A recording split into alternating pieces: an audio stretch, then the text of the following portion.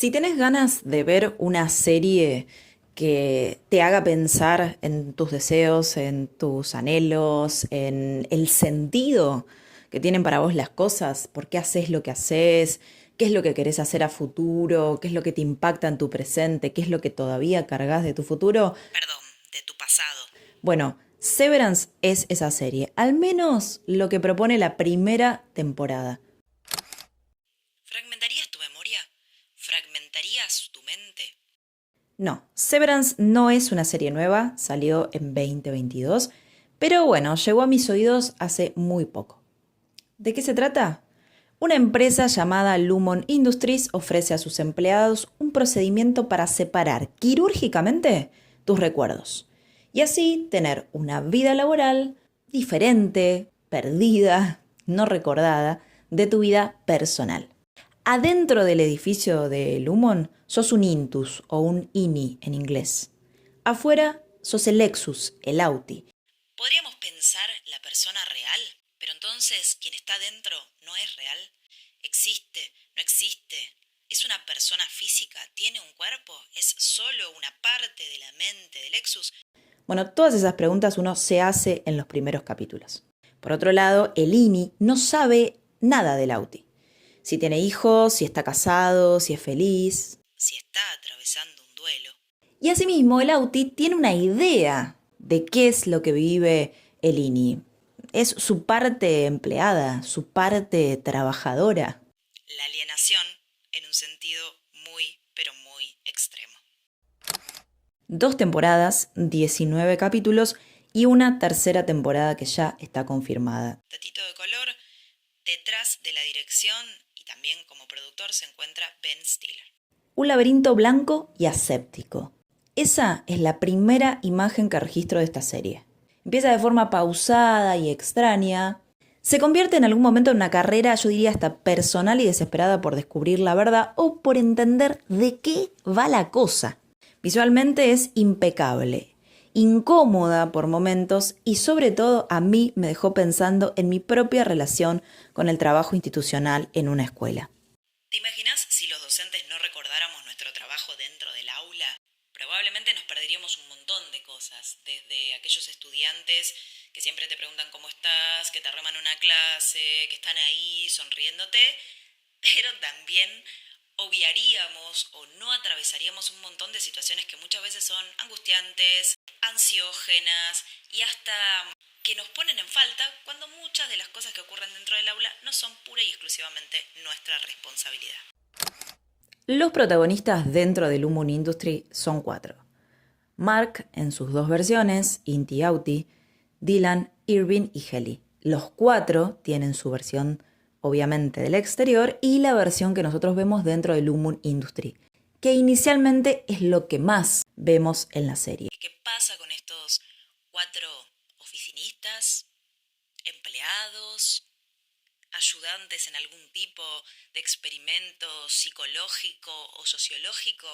Bueno, no lo sabemos y tarda bastante en abrirse la respuesta a ese interrogante. Podríamos decir que en la temporada 2 sabemos un poco más de Lumon. Y seguimos sin entender mucho de lo que pasa.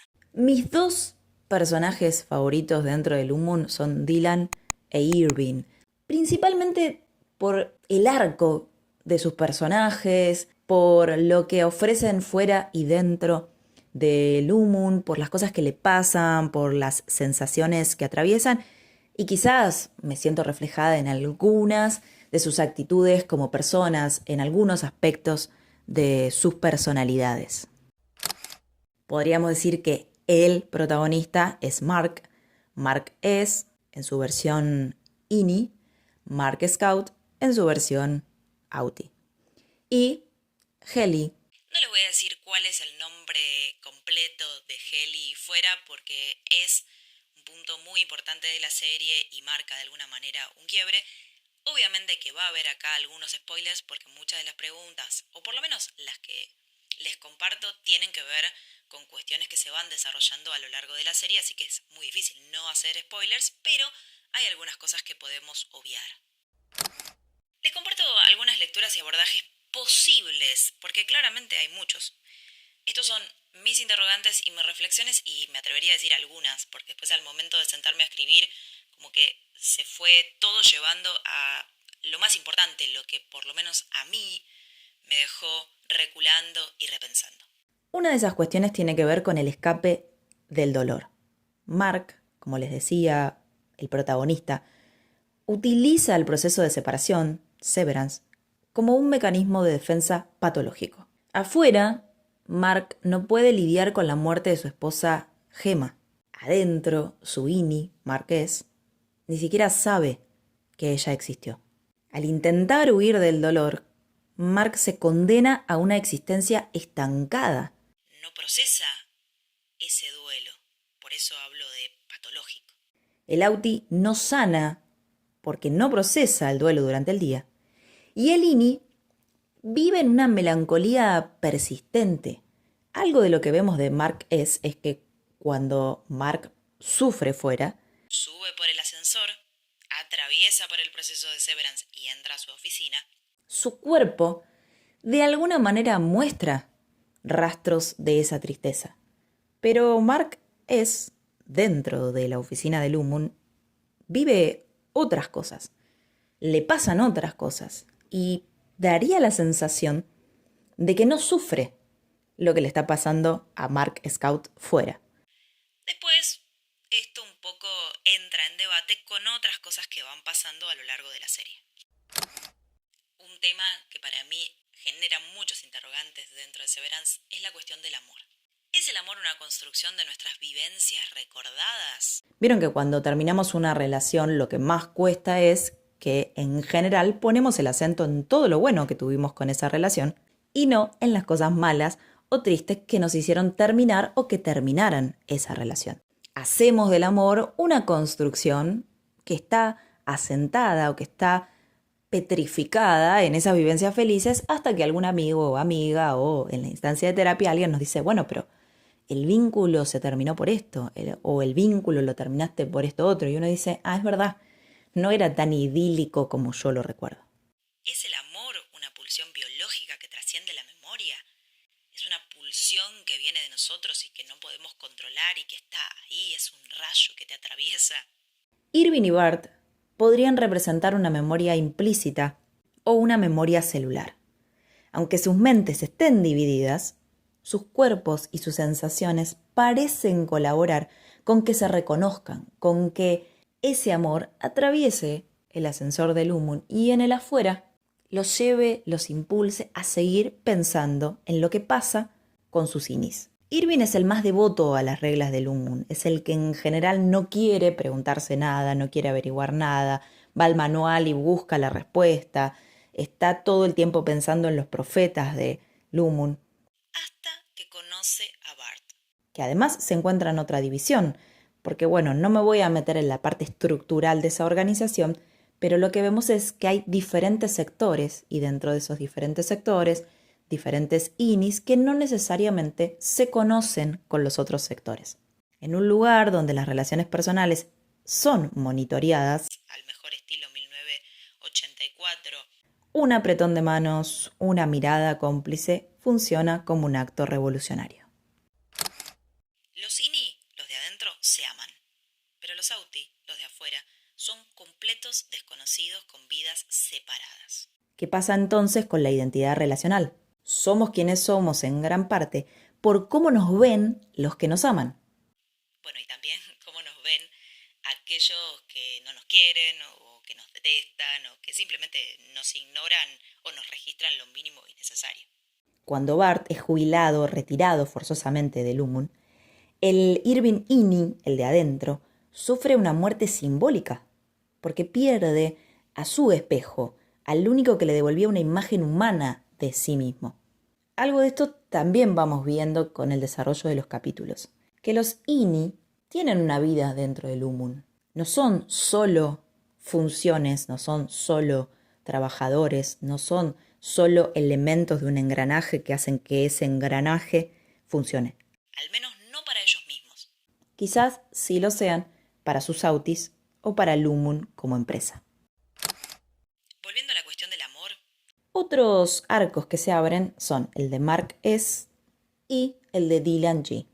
El amor como acto de rebeldía como presente aparece en la relación que establece Mark S. con una de las INI. En cambio, Mark Scout atraviesa el amor como rastro, como fantasma.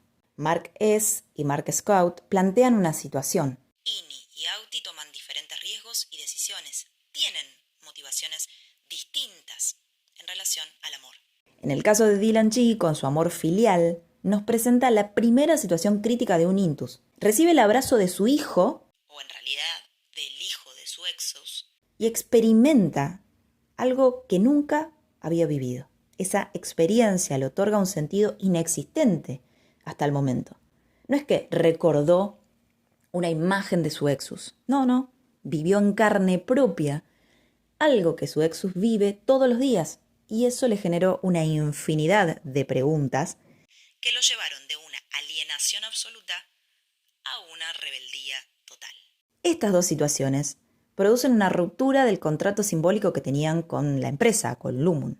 Ellos saben que son INIs y que fuera existen sus autis, saben que su vida empieza y termina dentro de Lumun, pero una vez que descubren que hay algo más valioso que las tareas operativas, que no pueden ser comprados con tokens corporativos, la empresa pierde su poder y ellos ganan en sentidos, ganan en significantes, aparecen significantes nuevos. La religión corporativa.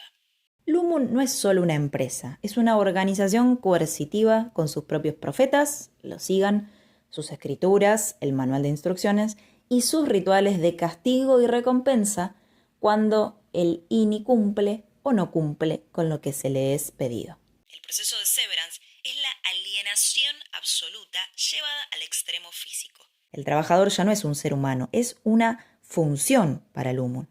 Es más, el creador, pequeña aclaración, el creador de la serie Severance, Dan Erickson, expresó: quería explorar la idea de que todos tenemos un yo laboral y un yo hogareño, y que a menudo esos dos seres están en guerra. Severance es simplemente llevar esa metáfora a su conclusión física más extrema. Si pudieras borrar de tu memoria 8 horas de tu día, ¿lo harías? ¿Serían tus horas laborables o algún otro momento de tu día? ¿Cuánto de nuestra personalidad depende de nuestros recuerdos y qué queda de nosotros si nos quitan nuestra historicidad? Lo que se reprime en un lado, ¿acaba supurando por otro? ¿Puede un sistema de control total sobrevivir si no logra erradicar la capacidad de los individuos para desear? ¿Qué estamos dispuestos a sacrificar con tal de no sentir tristeza durante el día? ¿Qué estamos dispuestos a sacrificar con tal de no sentir lo que es vida?